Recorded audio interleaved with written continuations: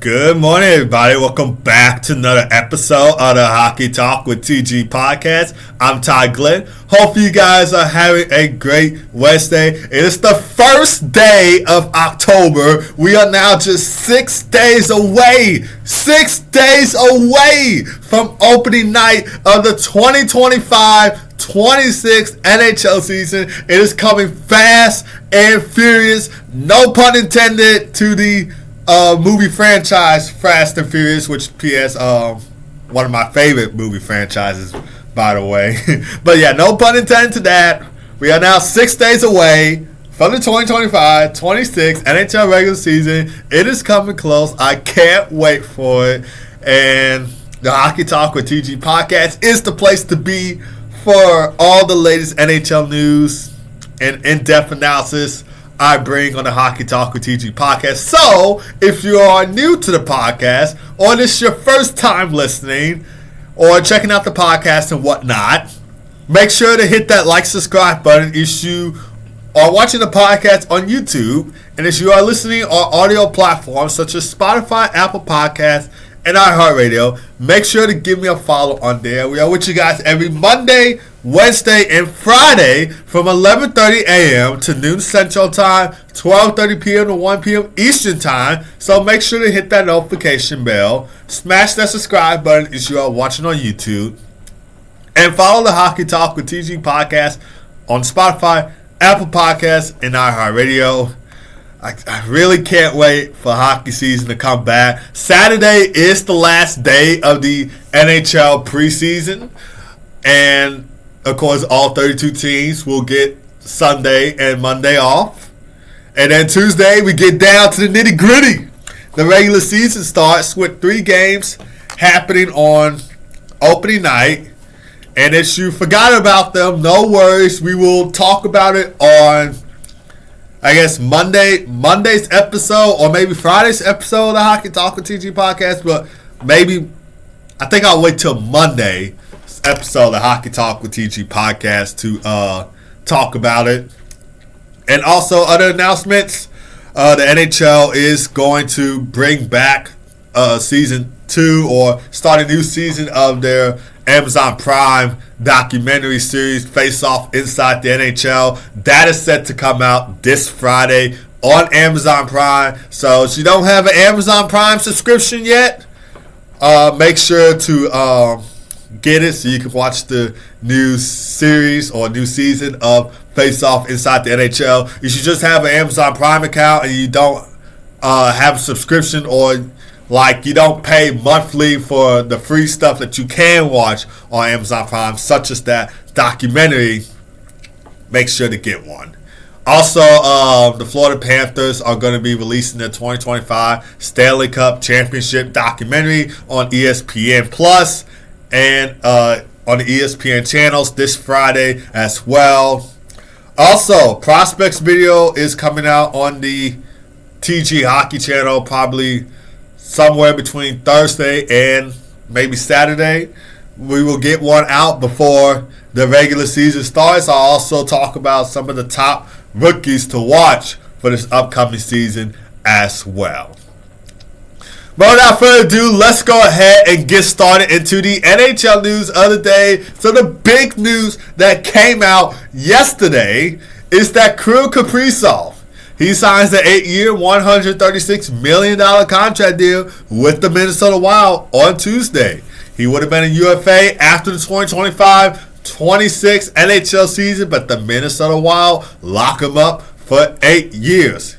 He is now the highest paid player in NHL history, so this contract overtakes previous top marks held by players such as the great Alex Ovechkin and Leon Draisaitl of the Edmonton Oilers. His contract will start at the beginning of the 2026-27 NHL season, and this will run through the 2033-34 NHL season.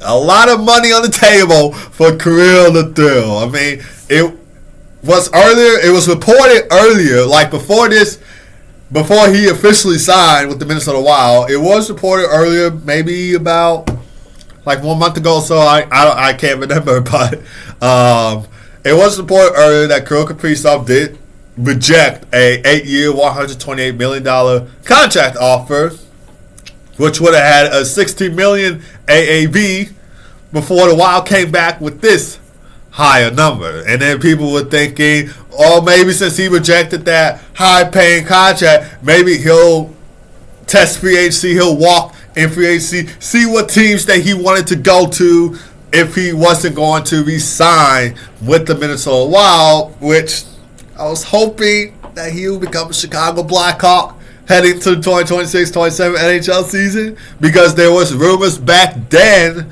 saying that Kirill the Thrill was going to join Chicago after his current, not the contract that he signed, but after the contract before that ended, after that contract had ended, there was rumors saying that maybe Kirill the Thrill might have came to Chicago, played for the Chicago Blackhawks, and I was hoping that rumor would become true, because can you imagine Connor Bedard, Kirill Kaprizov, both on the same line together?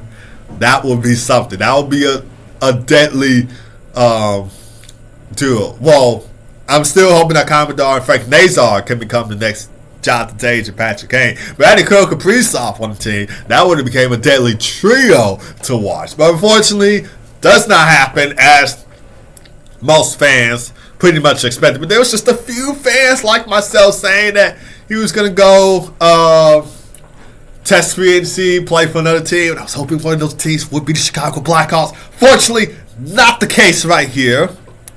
But take a look at Kirill Kaprizov's stats from the 2024-25 season. He had 56 points in 41 games played, 25 goals, 31 assists for 56 points in 41 games played. And he led the Wild in plus minus with a plus 19 plus minus. Now, he did miss significant time last season because of injury issues. He had a lower body injury. He underwent surgery, so he missed a lot of time last season. Hopefully this season will not be the case. We'll just have to see what happens. And the Minnesota Wild had expressed strong confidence in re-signing Kirill Kaprizov. General Manager Bill Guerin said that it was quote-unquote priority number one, and also saying nobody can offer more than us. But take a look at Kirill Kaprizov's career stats in his 5 NHL seasons, all being with the Minnesota Wild. He had 386 points in 319 games played, 185 goals, 201 assists for 386 points in 319 games played. I think he also won the Calder Memorial Trophy in his first year with the Minnesota Wild as well. He also holds multiple franchise records. He led in highest points per game, goals per game, overtime goals, also ranks high in power play goals, multi-goal games, and career plus minuses among Minnesota Wild forwards. And it just so happens that the Minnesota Wild were in action on Tuesday against the Winnipeg Jets. And the Minnesota Wild had a 3-2 win over the Winnipeg Jets. And you know who had the point in that game? Kirill the Thrill. So after the signing, Kirill Kaprizov contributes with 2 points in the Minnesota Wild's win over the Winnipeg Jets. He got 1 goal and 1 assist for a 2-point night. That 1 goal came in the second period, I believe. Second period? Yeah, it was the second period that goal came in.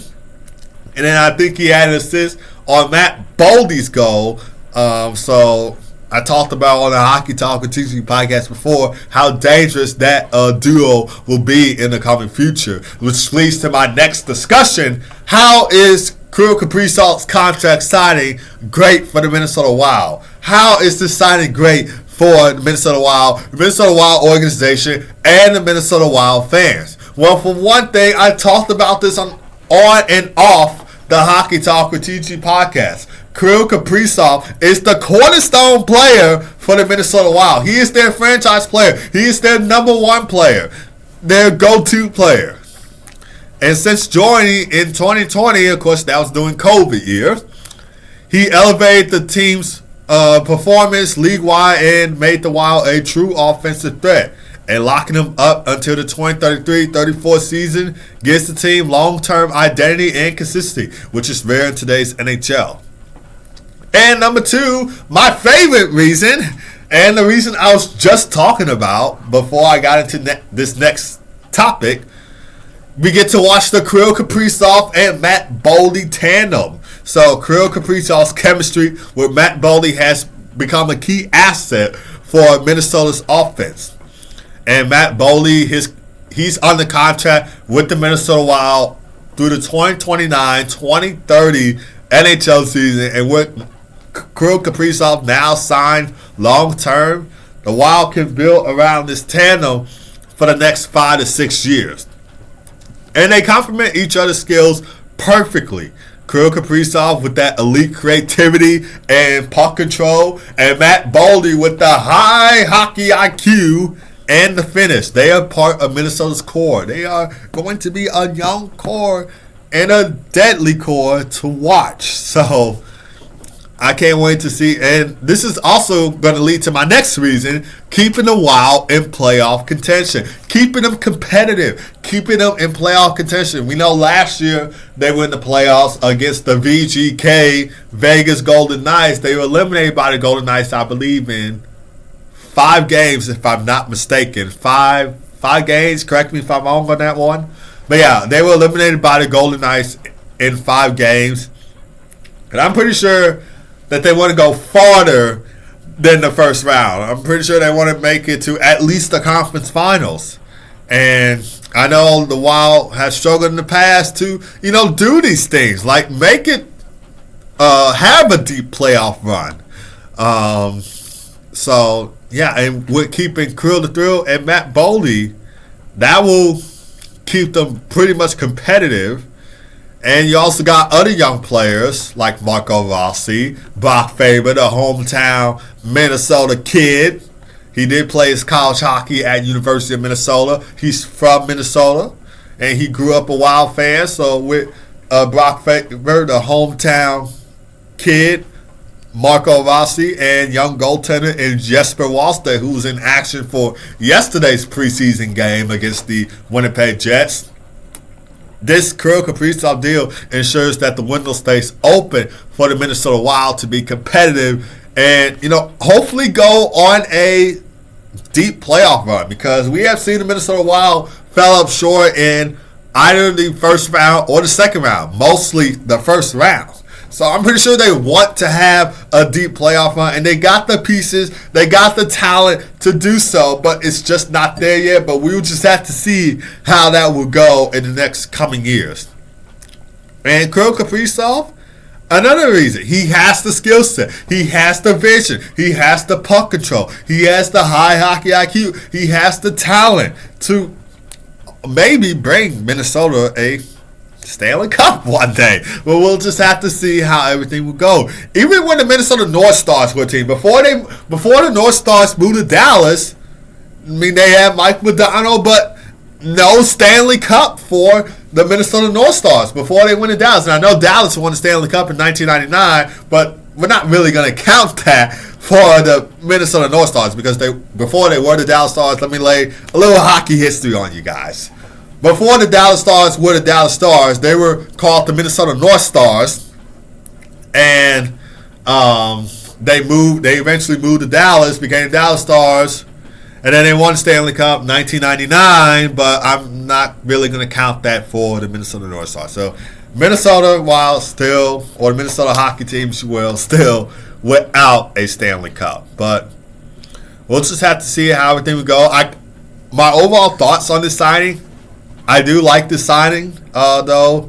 I mean, I kind of knew that there was going to be some extension at one point. Like, even though part of me wanted to see Kirill Kaprizov be a Chicago Blackhawk heading into the 2026-27 NHL season, the other part of me knew that at some point we were going to see a contract extension. So Kirill Kaprizov rejected the Wild's first contract offer. Yes, he did that.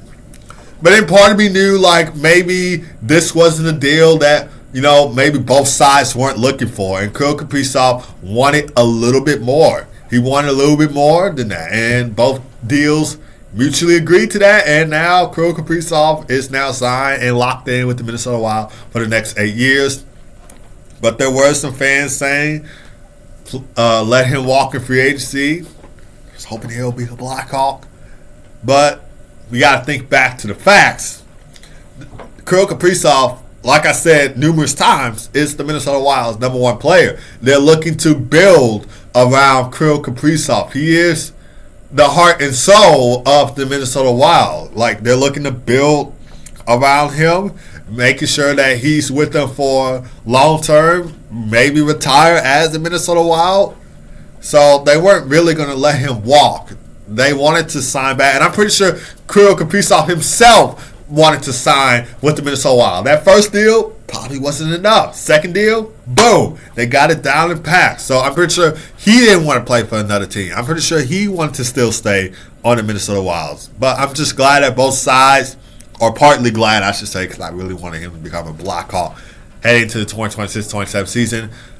So I'm kind of partly glad that both sides were able to work out a deal. And yeah, I'm really happy that both sides were able to work out a deal, and best of luck on success in the future. Maybe we'll see the Wild again go on a deep playoff run and not falling so short early. They have the talent, they have the young pieces to do so, but they're just not there yet.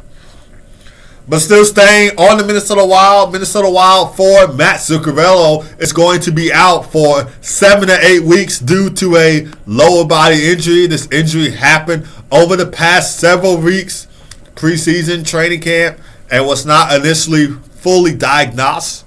And Wild General Manager Bill Guerin earlier said, and I quote, something came up with Matt Zuccarello, and he also mentioned that it was uncertain whether surgery would be needed or not. So, because the season will be approaching Tuesday, I don't think the Wild play on Tuesday, though. Tuesday is the start of the regular season, but there's only 3 games for opening night, and I don't think the Wild play on opening night. I'll have to look back at the schedule, and we can also talk about this on Monday's episode of the Hockey Talk Tuesday podcast. But anyway, because the season is approaching, he'll probably most likely miss a good portion of the Wild season. So, like early on in the season, he'll probably miss that since he's going to be out for 7 to 8 weeks. Which this creates a problem in the Wild's top 6 forward group. Matt Zuccarello has been a multi-role player for the Minnesota Wild. He contributes offensively, plays on the power play, and offers that veteran presence. Think back to his time with the New York Rangers. Great player in that top 6. Solid player to watch on that Rangers team. Now playing for the Minnesota Wild again, still trying to be a great top 6 player. And so with him being out for 7 to 8 weeks, his absence removes that flexibility to contribute for the Minnesota Wild. Taking a look at his stats from last season, though, he had 54 points in 69 games with the Wild last season, 19 goals, 35 assists for 54 points in 69 games played, and he was averaging 19 minutes and 39 seconds of time on ice last season, playing in all game situations. And losing him kind of has a big effect on the Wild's depth. Like, Wild's offensive depth is, not too bad. I mean, it's not bad or nothing, but losing Matt Zuccarello does create a gap in that, though. But yeah, he's going to be out for 7 to 8 weeks. He's had a lot of injuries like this before in the past. Like for one example, last season, he was hit by a puck from Brock Faber below the waist, and he had surgery on that, and he missed 3 to 4 weeks of that. So he's had these kind of injuries before, but he's always came back strong and ready to play some hockey again. But this could open up a door for younger players to step up, like Leo Almgren. Maybe can get the call, play for the Minnesota Wild. So, and I'm pretty sure General Manager Bill Guerin is going to be shifting these lines to see how can our offense still work without Matt Zuccarello. So he's going to be fixing these lines, alternating these lines, and figuring out which best works for him. We're moving on to other NHL news. Max Pacioretty retires from the NHL after 17 seasons. So at age 36, he's hanging up the skates and he's calling it a career. And he will be joining the Michigan Wolverines college hockey coaching staff. He'll be an assistant head coach. Fun fact, for those who don't know, he did play his college hockey at the University of Michigan. He played one season there before entering the NHL. And in that long season alone, he had 39 points in that season, 15 goals, 24 assists with 39 points. And he made the CCHA All-Rookie team. For those who don't know what CCHA stands for, it stands for Central Collegiate Hockey Association, which P.S. college hockey starts this Friday for those who didn't know. So I can't wait for that. Can't wait to watch University of Michigan and Michigan State. I'm a Big Ten hockey fan, by the way. I'm a Big Ten fan overall. For those who don't know, I am a Big Ten fan, so I do like watching a lot of Big Ten teams like Michigan, Minnesota, Penn State, Indiana, even though they're not in the NCAA, even though that their hockey team is not in the NCAA, I don't think. But yeah, I like to watch a lot of Big Ten teams.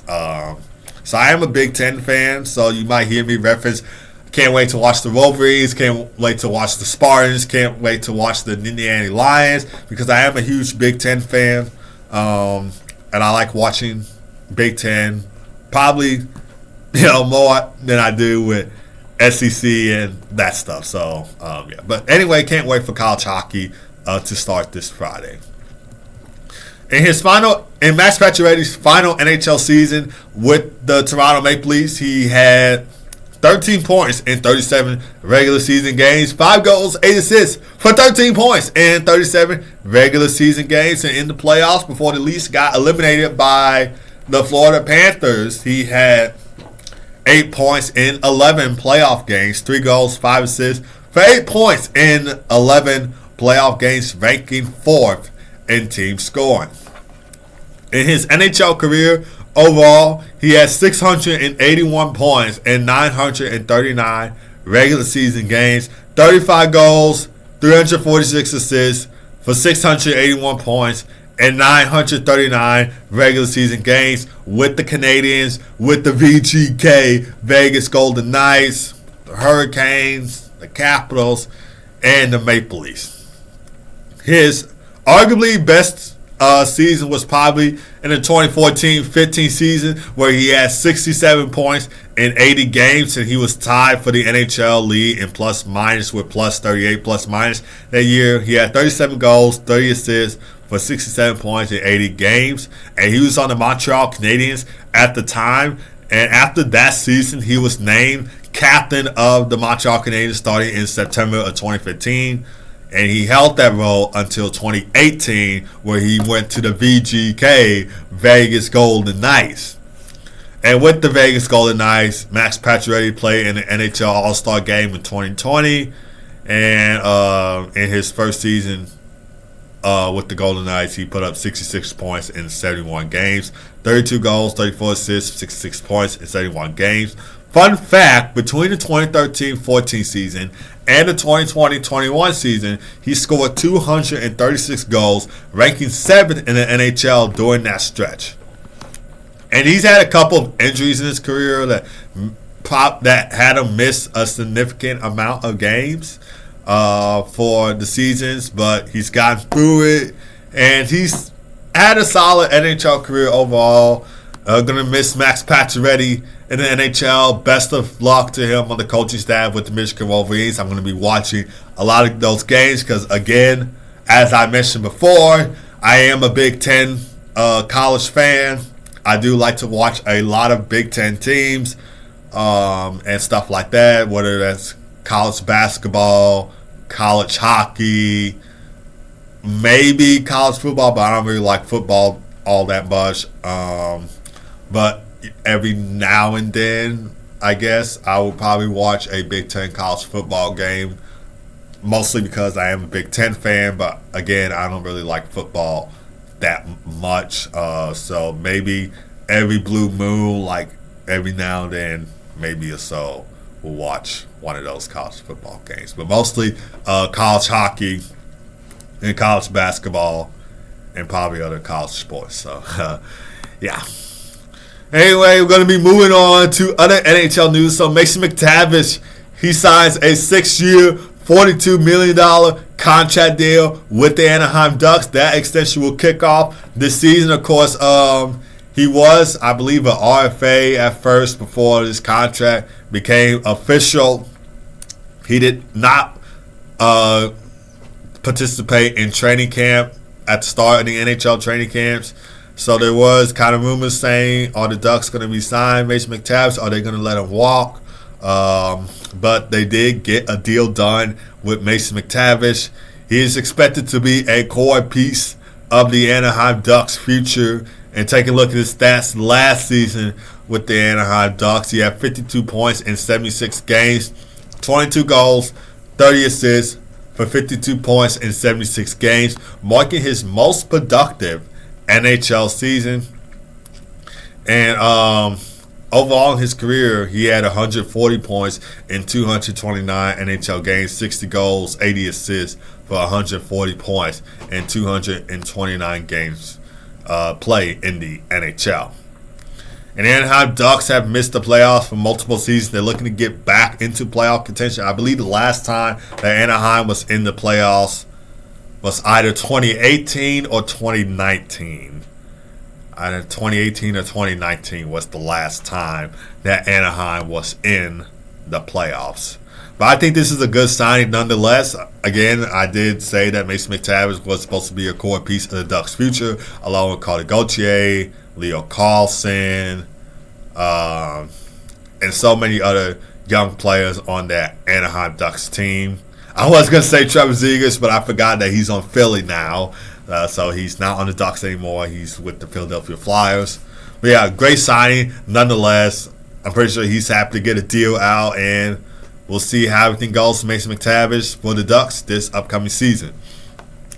Okay, now I was planning on not doing any recaps of the games from yesterday, mostly because I didn't think there was any that kind of stuck out to me or any ones that I wanted to discuss with you guys. But I will share a little bit, just a little bit on the preseason games, at least for a few, a lot.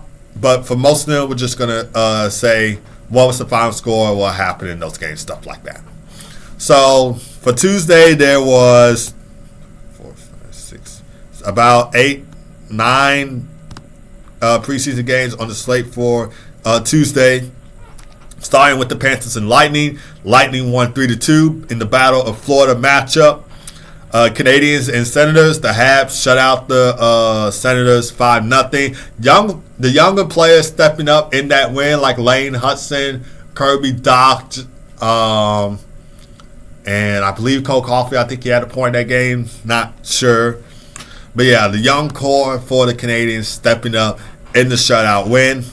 Capitals versus Blue Jackets. Capitals won 4-3. No Alex Ovechkin in this game, though. He did practice with the team before the game, but did not play. So he's still out with an injury, but he was at practice before the Capitals game against the Blue Jackets yesterday. But he did not practice. But he did not play in the game. Red Wings versus Blackhawks, of course, original six matchup. Rivalry matchup to watch, despite the Red Wings being in the Eastern Conference and the Blackhawks being in the Western Conference. But the Red Wings won in the Western Conference before. So, yeah. The Red Wings won 3-1 in that matchup. I thought this was a great matchup for both teams. The Blackhawks certainly had some improvements, if I'm speaking from a Blackhawks side, because I am a Blackhawks fan. So, I don't know. So, speaking from a Blackhawks side, I thought they played really well in this game. I thought they played really well. They're showing some signs of improvement from last season. they had multiple chances in this game. I believe they outshot Detroit in this game as well. So they had multiple chances. They played really well in this preseason game. But Cam Talbot was just there on the door to stop most of those chances. And the Blackhawks had numerous chances on the power play in which they finished 0 for 6, which, in my opinion, like from my perspective, I believe the Blackhawks have a great power play unit, especially the first power play unit. So I thought, so sometimes when the Blackhawks go on the power play, I'm thinking maybe there's a 50% chance that the Blackhawks might score on the power play. Because they have a good power play unit. They really do. They really do have a great power play unit. So I'm thinking maybe 50% chance that they might score. Turns out that wasn't the case for yesterday as they finished 0 for 6. I thought Spencer Knight had a heck of a game as well, despite letting in those 3 goals for Detroit. Colton Docky scored the lone goal for Chicago. A great goal, going a little coast to coast, if you will, and scoring block aside on Cam Talbot. The only goal scored in the Blackhawks loss to the Red Wings. For Detroit, Lucas Raymond and Michael Nygaard, I'm forgetting his first name, but he scored for Detroit as well. But yeah, the Blackhawks lost in this game. But hey, it is the preseason. It's just to see where the players are at. Are they improving? Are they going to make the opening night roster and stuff like that? Other preseason games that were played yesterday, the Golden Knights versus the Avalanche. Avalanche won 4-2. Jets versus Wild won 3-2. Kirill Kaprizov, after that contract signing, he had 2 points in the win. 1 goal, 1 assist for 2 points in a Wild's 3-2 win over the Winnipeg Jets in that Central Division showdown yesterday. Another Central Division showdown, Stars versus Blues. Stars win 5-3 against St. Louis. Kings versus the Mammoth. The Kings won 3-2 against the Utah Mammoths. So those are all the preseason games from yesterday. Take a look at the NHL preseason games on the slate for today. There's only 5 preseason games on the slate for today, starting with the Pittsburgh Penguins taking on the Buffalo Sabres at 6 o'clock p.m. Central Time, followed by the Colorado Avalanche taking on the VGK Vegas Golden Knights at 8 o'clock p.m. Central Time. This game will air on NHL Network. The game that they played yesterday was a TNT game, which I was kind of surprised, only because that is not the NHL regular season yet. So I was surprised that TNT was able to air that game on their network, because regular season hasn't even started yet. Usually for the preseason, it's usually on the team's local networks. So like for Golden Knights, I'm guessing Scripps Sports. I guess that's their local network or local outlet or something. And for the Avalanche, I'm not really sure about that one. But yeah, usually they air on their local networks. So I didn't expect this to be a game on national television to watch, unless it's on NHL Network like this one, because NHL Network has aired some preseason games already. So I wasn't surprised that preseason games have been coming on NHL Network, because they've done this before. They've done this numerous times. I was just only surprised for that game to be aired on TNT. But anyway, the other 3 preseason games for today, Vancouver Canucks taking on the Calgary Flames at 8 o'clock p.m. Central Time, a Pacific Division showdown right there. And then the Battle of California between the Anaheim Ducks and San Jose Sharks at 9 o'clock p.m. Central Time. These 2 teams played each other Monday at the Honda Center. The Ducks won 3-2. Now they're going to be playing at the SAP Center in the Shark Tank in San Jose. And then another Pacific Division showdown game between the Edmonton Oilers and Seattle Kraken. That game will come on at 9 o'clock p.m. Central Time. But that's going to do it for this episode of the Hockey Talk with TG podcast. Thank you guys for tuning in. As always, really do appreciate it. Don't forget to like, subscribe if you are watching on YouTube, and if you are listening on audio platform, make sure to follow on Spotify, Apple Podcasts, and iHeartRadio. We are with you guys every Monday, Wednesday, and Friday from 11:30 a.m. to noon Central Time, 12:30 p.m. to 1 p.m. Each time. Make sure to hit that subscribe button, hit that notification bell. Follow on YouTube, Spotify, Apple Podcasts, iHeartRadio, or wherever You get your local podcast streaming platform, especially with the NHL regular season coming up in 6 more days. The Hockey Talk with TG podcast is the place to be to get all your latest hockey news from teams, from players to stats, from preview games and stuff like that. Other in-depth analysis that I bring on the Hockey Talk with TG podcast that you will not find anywhere else. And plus, it's the number one podcast for all things hockey, and we are really engaging when it comes to the Hockey Talk with TG podcast. The other hockey people don't bring this in much enthusiasm and engagement like I do on my podcast. So make sure to follow the Hockey Talk TG podcast if you are not already, especially with the regular season coming up. You're not going to want to miss an episode of the Hockey Talk with TG podcast. Both of you guys have a great rest of your day. Keep God first as always. Be blessed. I will see you guys on Friday for another episode of the Hockey Talk with TG podcast. Take care.